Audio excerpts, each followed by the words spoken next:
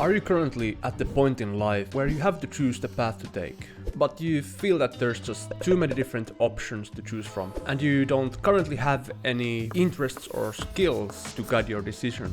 My name is The Imperfectionist, and I spent almost a decade of my life trying to figure out my path. And in this video I'm gonna show you 4 powerful techniques that I learned from taking on life coaching. And these techniques finally helped me decide the path to take and discover my purpose in life. So let's get started.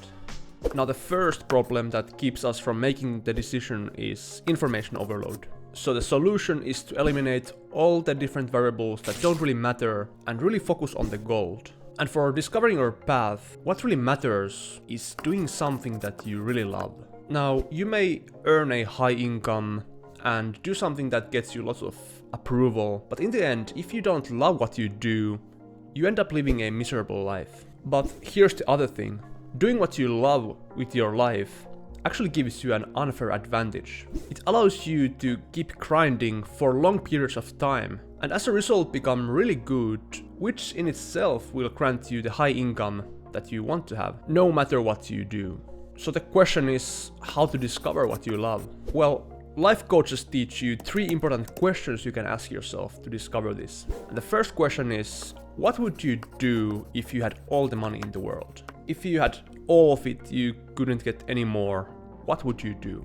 The second question is, what would you do if you had all the approval in the world? If everyone looked up to you and gave you their validation, what would you choose to do? And the third question is, what would you do if no matter what you did, you would never succeed in what you do? And why these questions are so powerful is that they eliminate the outcome out of the decision-making process, and they allow you to focus on solely what you love doing instead. But what if you ask yourself these questions and nothing comes up? Well, that gets to us to our second advice that life coaches give, and it has to do with the fact that you don't really have to randomly brainstorm what you love doing. You have your whole life of data to guide your decision. And to reveal this data, you can do something called the past audit. Here's how to do it. You look at your whole life using periods of 5 years, so ages of 0 to 5, 5 to 10, 10 to 15, and so on. And you try to remember what you enjoyed doing during that period of time and what you didn't enjoy doing. And doing this can really reveal important information about what you love doing. For example, you might have loved drawing at the age of 7, and what this tells you is that you enjoy something that has to do with something visual. So you might gravitate towards visual art or design. Or you might have enjoyed playing with dolls, which could indicate that you enjoy activities that have to do with social interaction. Just like these examples, do the past audit and try to figure out which type of activities you really enjoyed. Now, what if you still can't just think of anything that you enjoy doing? There's actually a chance that you haven't tried the thing that you love doing yet.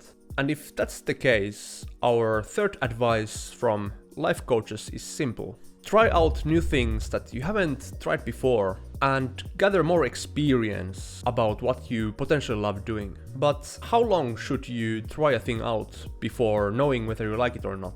Well, you see, there's this period called the beginner's hell, and it's almost guaranteed that you will feel frustrated and dislike some aspects of what you're doing during this period.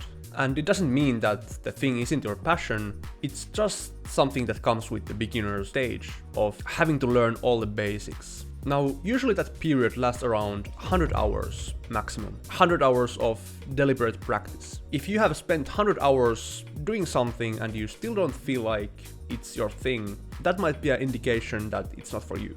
Now, to speed up your progress, it's recommended to keep a journal where you write down what you enjoyed about the thing you tried out and what you disliked about it. Also, when you're trying things out, make sure that they are diverse enough, that they're not too similar, so that you get a good sample of different things and speed up your progress of finding what you really love.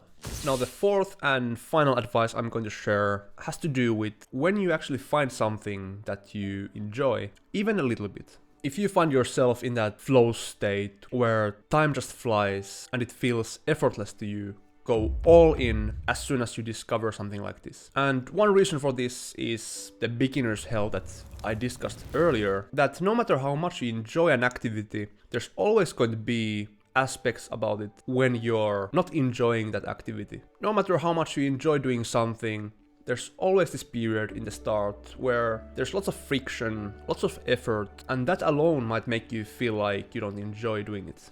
And it's also the reason why most people quit at this point. But the truth is, if you resonate with something and you stick to it long term, you will get through this beginner's hell. And the more you do something, the better you get at it, which also creates this feedback loop where you enjoy it more and more the longer you stick to it.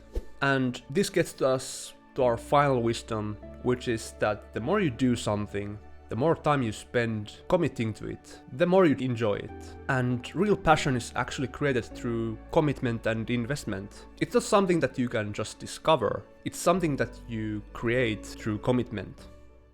Thanks for watching this video, guys, and if you found it useful, I would really appreciate you subscribing to my channel and giving this video a like. Do that right now, and I will see you in the next video.